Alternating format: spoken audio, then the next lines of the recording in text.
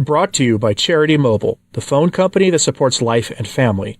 5% of your monthly plan price goes to your favorite charity. Buy the way you believe at CharityMobile.com and use promo code TRADITION.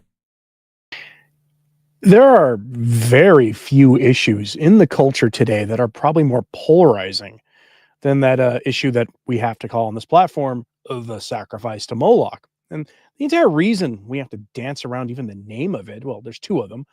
One, the term that a lot of Catholics use and the conservative part of the culture uses, the term that's synonymous with the mean to stop, is actually the sanitized term. But the other reason, so there's sort of a dishonesty in the sanitization that they use here. But the other reason is that our secular authorities don't like us talking about this unless you are full-throated in support of their preferred position on it. And as you might expect, this is one of the most polarizing things out there. If you need an example of this, just go look at now the approval ratings of the current president or the voting trends in the culture. You are seeing there's a number. I wish I could bring it on screen for you, but it showed that among the youngest people, the youngest voters, we're talking like the 18 to 25 cohort, young men are skewing to the right. Young women are skewing to the left. And by skewing, I mean 68% margin for women towards the left. It's astonishing. And it's because of the sacrifice to Moloch, as I call it, because that's what it is. You are offering the life of the most vulnerable to a demon. Historically, this has taken many forms, including but always for prosperity and security. And that's exactly what we're sold it as today. And for the last 50 years, since this has become the hot button issue on the social side of things in the culture, a certain growing segment of American bishops have done everything in their absolute power to bring it down as a focus for the bishops, to put it on the same level as other social ills. We see this often with unemployment, care for our common home, as Francis calls it, the environment, anything, food stamps, you name the issue. There has been a recent attempt, and I'll talk about that briefly in a moment, to replace it as the preeminent issue in the United States, because despite these pressures, for the better part of 50 years, the U.S. bishops put that sacrifice to Moloch and stopping it as the preeminent issue in the world facing the bishops in America. Rightly so.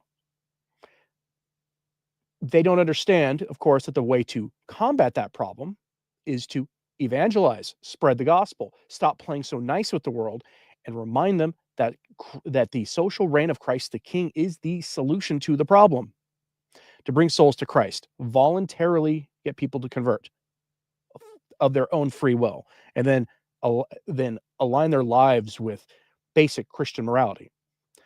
Unfortunately, there has been an element within the church that has been trying to redefine this. And redefining things is our topic really today, because they're trying to redefine this issue and have been for 50 years. And you're going to see this in this story for us today. So we go to Catholic News Agency for this headline. Archbishop calls for defending human life in all stages and situations. That is the key context here. All stages and situations. In the United States, this goes back to the man who founded the U.S. Conference of Catholic Bishops, this attempt to elevate other issues or bring down that issue so it's on the same moral level, thus thereby denigrating it and giving people an open pass to just ignoring what the church has to say and ignoring basic decency and then allowing you to vote for progressive candidates. And that man was Cardinal Bernardin of Chicago, a man who was almost treated like a living saint in his life. But, after he passed away in the 1990s, people began to find out some real weird stuff about him. The man has been accused of all manner of things, including, by the way, of being an actual devotee of Satan. That allegation comes from Malachi Martin, and a lot of people don't take it seriously, except for the fact that the scene in his most infamous book, Windswept House, where there's a young woman who is doing some unspeakably horrible, evil things done to her, one of the priests doing the things to her is the stand-in for Cardinal Bernardin. And by stand-in, I mean his name was changed because he wrote what he called fact. He called it faction, where he hid facts behind fake names to protect the innocent, he said. And that the woman who, the character in the story, well, a woman stepped forward and said it was really her and that she had spoken to Malachi Martin. And people who knew Malachi Martin confirmed that that was the case. And it was Bernardin, she said. And he was the one who founded the U.S. Conference of Catholic Bishops. And he was the author of what's called the seamless garment theology, a heretical position that puts all social issues as one tapestry, and that there's no preeminent issue, and they're all part of a larger problem. And the thing is, there's a lot of truth to it. And that is how you sell heresy. You sell heresy and error by wrapping it in the truth, because it's true. If you have an economic system that keeps people poor and unemployed or unemployable, there's a problem. It's a large evil problem that you have to deal with. But the way he did it was to denigrate the actual issue at hand, because they were allied with the Democratic Party. And this has gone international, as you'll see this. So here are the details, because this is not from the United States. Quote, in the context of the Day of the Preborn Kid, March 25th, the Feast of the Annunciation, a great day to observe this, the Feast of the Annunciation, Archbishop Enrique Benavent Vidal of Valencia, Spain, issued a call to defend human life from conception to natural end and in all situations. The Annunciation commemorates the Virgin Mary's consent to the conception of the Son of God in her womb. In this context, the prelate published a pastoral letter titled Defending Life is Sowing Hope, in which he noted that Christians are called to be sowers of hope, fighting for life and the dignity of all people.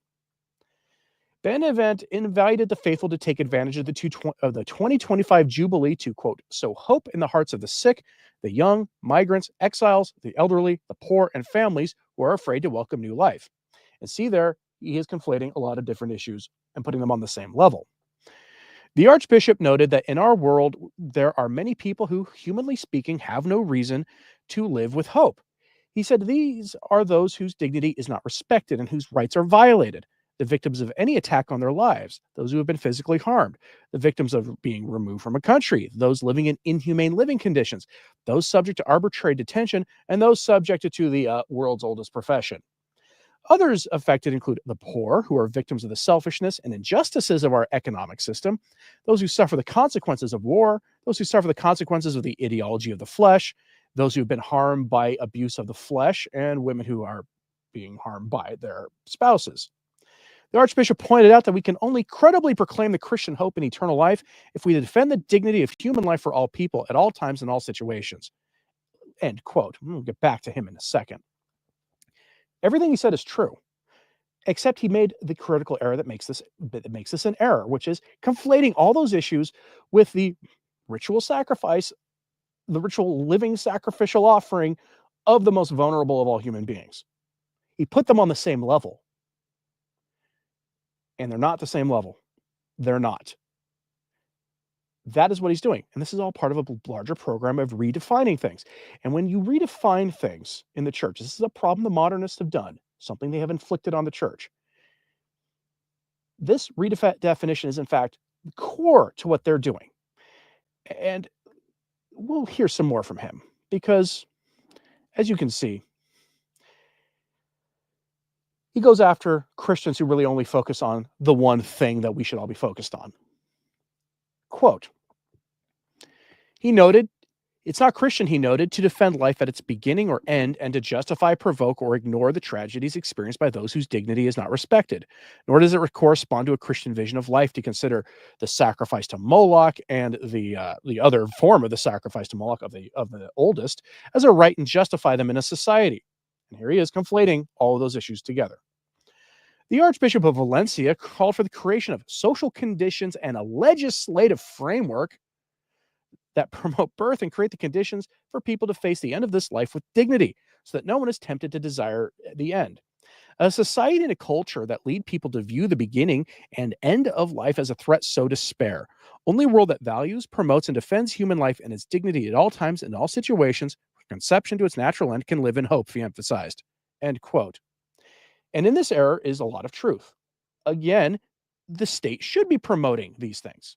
But did you notice what's lacking in his solution to the problem? I'll give you a hint. It's part of his job. His job description was given by Jesus Christ, and his job description was not to lobby for sensible laws about things. His job description, as given by our blessed Lord, is to, very simply, go forth to all nations, baptizing them in the name of the Father and the Son and the Holy Spirit, teaching them all that Jesus taught them. That's his job description. And nowhere do you see anything about the gospel. That's the problem. And this goes on to, this is all part of a redefinition of things. You see, we've recently seen Cardinal Supich and Cardinal McElroy, two of the most influential members of the church in the United States, and by virtue of that, that makes them two of the most influential cardinals in the church in the Western world.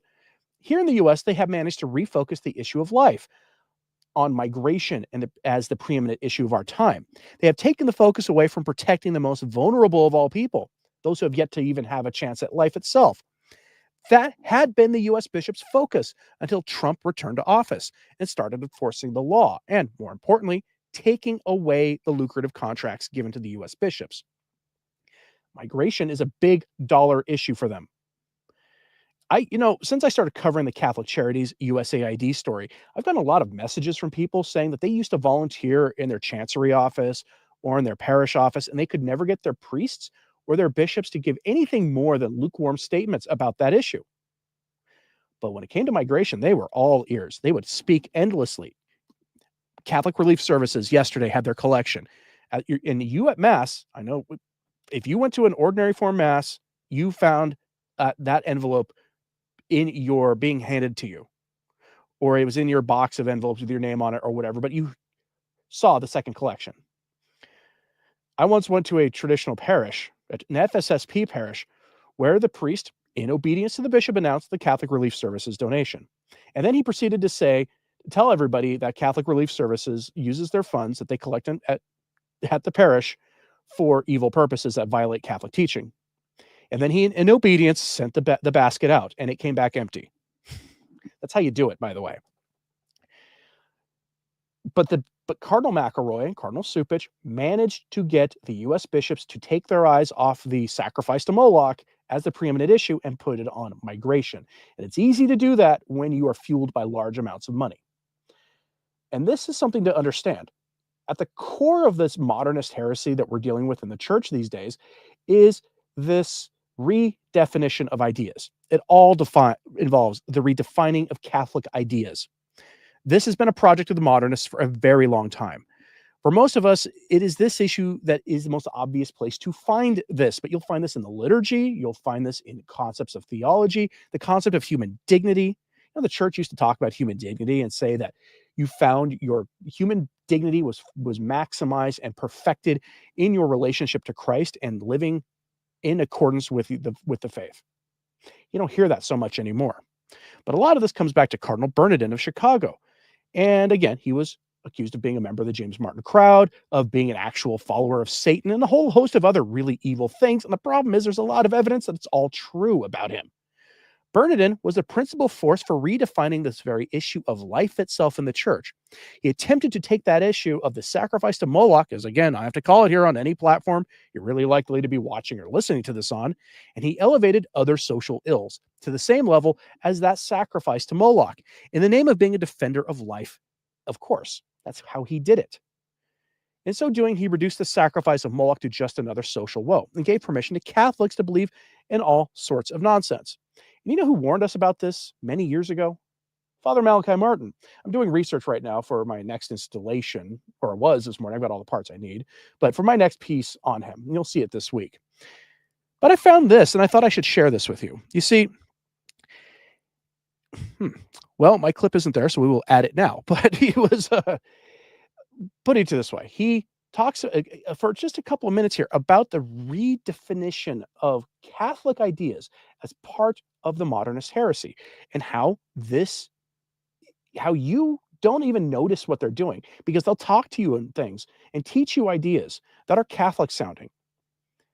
And it's only when you really begin to study what people had said in the faith, what teachers of the faith had said before, that you come to realize that what they're telling you in this wrapped up Catholic language is not Catholicism at all.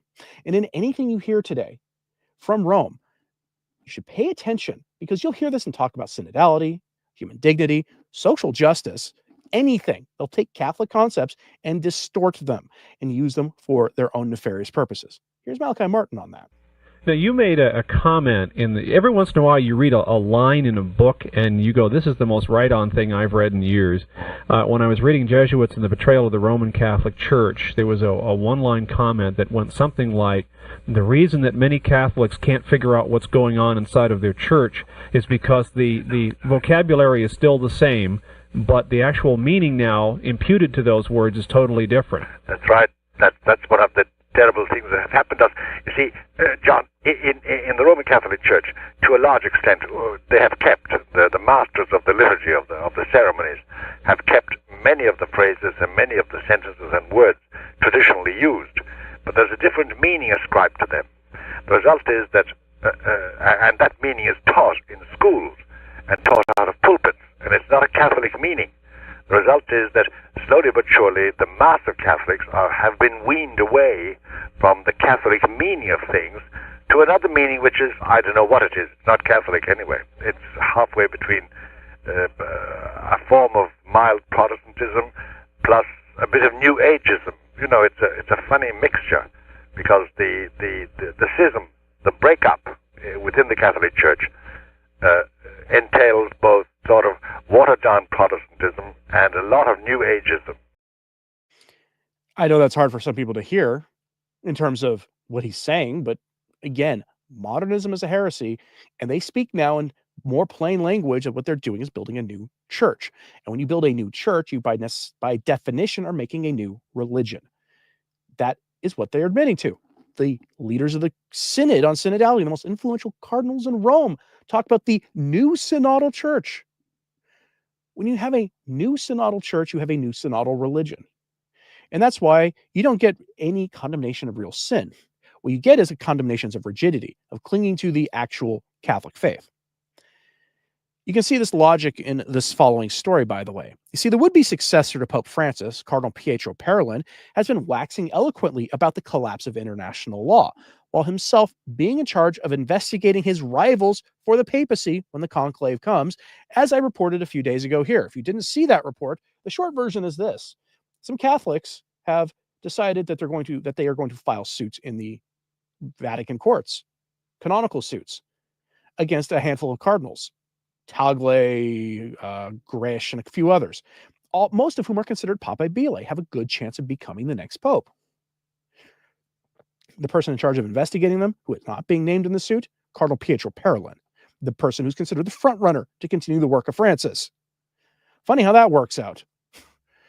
Now, you'll see this from Vatican News with this headline: Cardinal Parolin, there's no longer any respect for humanitarian law. The Holy See Secretary of State expresses concern about the systematic violation of international law, especially when targeting the non-combatants. He also comments on Pope Francis's recovery, saying the Pope will continue to work on the most important issues, but needs time to rest. And it's worth noting here that Parolin is probably the most wily of all of these. He's openly campaigning behind the scenes while also defending Francis at every turn, making it nearly impossible for Francis to cancel him. Very savvy on his part, even though it is known that Francis does not care for him all that much. Master Switch says, sounds like an optic knockoff Parolin's more moderate rivals. That's exactly what it sounds like. He's the one who benefits from this. Tagle and the others get, except for the moderate might be a hard word to use here, because Tagle and Grish and Fernandez are the three of the five names, and nobody considers them moderates. Prevost is an American cardinal whose name comes up with this as kind of a moderate. When you look at his record, he's not moderate, as well as Kevin Farrell. No credible person thinks he's actually papabile. But it does help clear the field, which is why it does sound like it's actually being done on purpose. That's one of the things that people need to recognize here. But let's take a look here. We're talking about the redefinition of ideas. And as you'll see, when he's talking about humanitarian law and international law, he's also disregarding the law that takes primacy over that, which is the right of Caesar to dictate, to control what is Caesar's, as the scriptures tell us. The church tells us that on the issue of migration, guess what? Caesar has every right in his country to determine who can come in and who does not come in, and the methods they can come in, or if they can come in at all. Here's what he has to say, quote, "We are very concerned about the systematic violation of international law." Those were the words of Cardinal Secretary of State Pietro Parolin, expressing the Holy See's apprehension about the resumption of various conflicts around the world, particularly the recent violence in the Holy Land, which Pope Francis condemned yesterday in his Angelus message. The Israeli embassy to the Holy See responded to the Pope today via its account on X, affirming that they were acting in accordance with international law. Cardinal Parolin, speaking on the sidelines of this afternoon's event at the Augustinianum, entitled Vatican Longevity Summit, Defying the Clock of Time, told journalists that the Pope's appeal is a call to stop, to find ways of dialogue and peace. Recently, the Cardinal Secretary of State said, "We spoke with the Red Cross and they too are very, very much in difficulty. The targeting of those not involved, the ending of humanitarian workers, these are all actions that go precisely against humanitarian law, and today there's no respect for humanitarian law. This is one of the great limitations of this period. There's no respect for humanitarian law anymore." End quote. Meanwhile, Cardinal Secretary of State is out there chastising governments for being against large numbers of people entering into their countries and doing something about it. This is a redefinition of words because, again, this isn't simply an issue of the people of the country involved being upset about this. It's also an issue of those coming in illicitly being made the economic and, yes, political pawns to be exploited by those orchestrating all this themselves. This is a multifaceted issue. Everybody's dignity is being ignored here. All the laws are being ignored because there are laws that govern this, and they're being ignored in the US, Canada, all sorts of places, or they're being changed in some places, like notoriously Canada, to the point where there's a trickle-down effect. Go look at some of the things going on in European politics in their elections, if you don't believe me.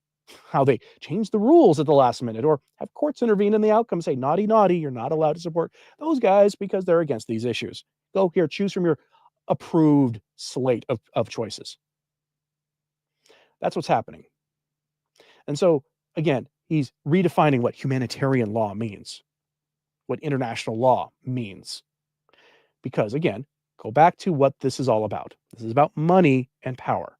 And both of those have been threatened recently. This is why Francis and other bishops around the world speak against secular politics so much these days.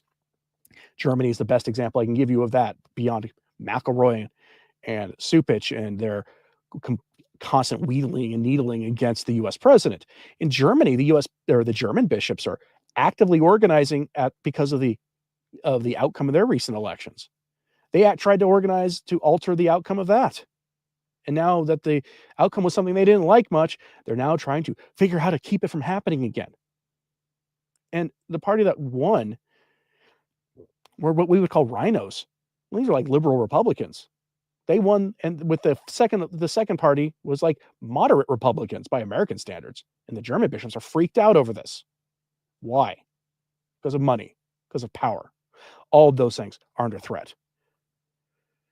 It's core of modernism to go after the meaning of words, to change them so that when they talk to you and think in ways that sound Catholic, if you're not savvy about what's going on, what they're doing, and what the teachings of the church have always been on some things, they can lead you out of the church without you ever knowing it. Go back to things like the real presence. You've heard cardinals say weird things about our Lord being really, truly present in the sacrament of the altar. You've seen another one, extra ecclesia nulla salus, probably the most controversial teaching in all of the church. Outside the church, there is no salvation. 200 years ago, it was a pretty clear teaching. Caused a lot of headaches for Catholics because it was the truth. Then what happened? They started softening the definition of what it meant to be a Christian. They started softening the definition of what it meant to be in the church. They even softened the definition of what it meant to be in communion with Rome. The only people they would go after were groups who held to old definitions. And a lot of these changes, especially in the last 50 years or so, they use words, redefine them to get their ultimate aim. Curious what you have to say about this. Let me know what you have to say in the comments, please. As Napoleon says, meanwhile, God's law is not mentioned. That is exactly true.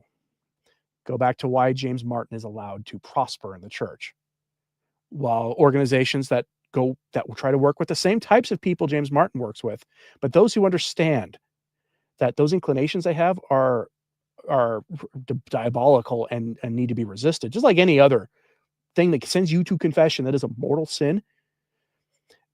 Courage International is one of the most heroic groups you'll ever hear of in the church, and you barely hear about them.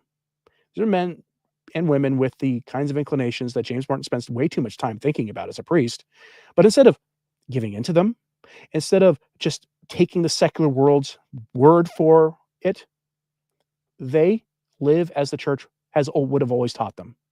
And for that, they are examples of heroic virtue, and they get no coverage.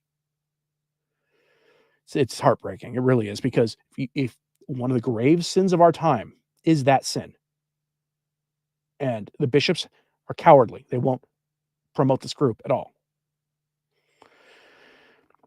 Traditionalist Catholic says a typical leftist tactic to change the meanings of terms. Never use language the way the left wants it to. Stick to the actual definitions. Yes. Yeah. That's why I don't like to use the word synonymous with the word stop that our hosts don't like us using anyway, because it's the sanitized word. You are offering a living sacrifice essentially to a demon for prosperity and for liberty when you do that. And the church has condemned it, going all the way back to the beginning. All right, folks. I'm curious what you have to say about this, so let me know in the comments. Please hit like and subscribe if you haven't. It certainly helps. Sharing this on social media helps too. If you've ever thought about supporting the work we do here at Return to Tradition, now's a great time to do so. Options in the description box below, all asked for by viewers like you who wanted many options.